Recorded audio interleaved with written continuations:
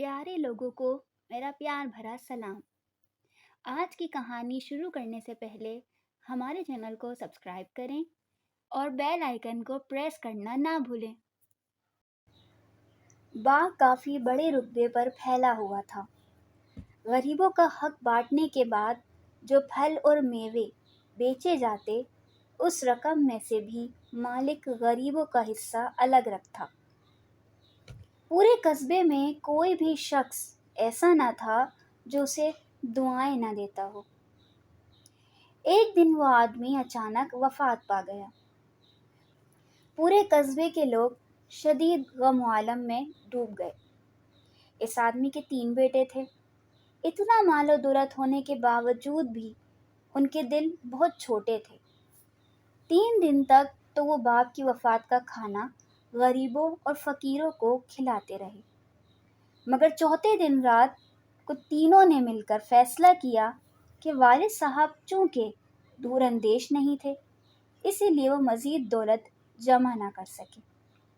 अब हम तीनों मिलकर खूब दौलत जमा करेंगे, किसी को भी कोई फल मेवा मुफ्त नहीं देंगे। अल्लाह पाक को इनका ये बुखल पसंद नहीं आया। दूसरे दिन सुबह मुलाजिम रोते पीटते उनके घर पहुंचे और बताया कि बाग खुद ब खुद जलकर खाक हो गया, एक दरख्त भी नहीं बचा। तीनों भाई हवास बागता से बाग की तरफ भागे। देखा तो बिल्कुल ऐसा मंजर था जैसे जलती हुई घास फूस। तीनों समझ गए कि ये सब हमारी खराब नीयत का नतीजा है। वो घर वापस आ गए और अल्लाह पाक के हुजूर गिड़गिड़ा कर दुआ की कि आइंदा माल की खैरात देने में बिल्कुल कंजूसी नहीं करेंगे और बाग के नक्शो कदम पर चलेंगे। दूसरे रोज़ सुबह सवेरे ही वो बाग पहुँचे तो एक हैरत अंगेज़ मंजर उनका मुंतज़िर था। क्या देखते हैं कि जैसे ये बाग कभी जला ही ना हो। पूरा बाग लहलहाते फूलों, फलों और मेवों से लदा हुआ था। तीनों ने अल्लाह पाक का शुक्र अदा किया कि अल्लाह पाक ने इनकी तौबा कबूल फरमाई। अब फल उतारे जा रहे थे, गरीबों को भी भर भर कर फल और मेवे बांटे जा रहे थे।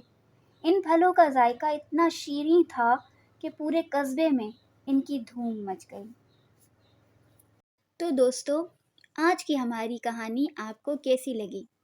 इस कहानी को लाइक करें और कमेंट सेक्शन में अपनी राय से आगाह करें।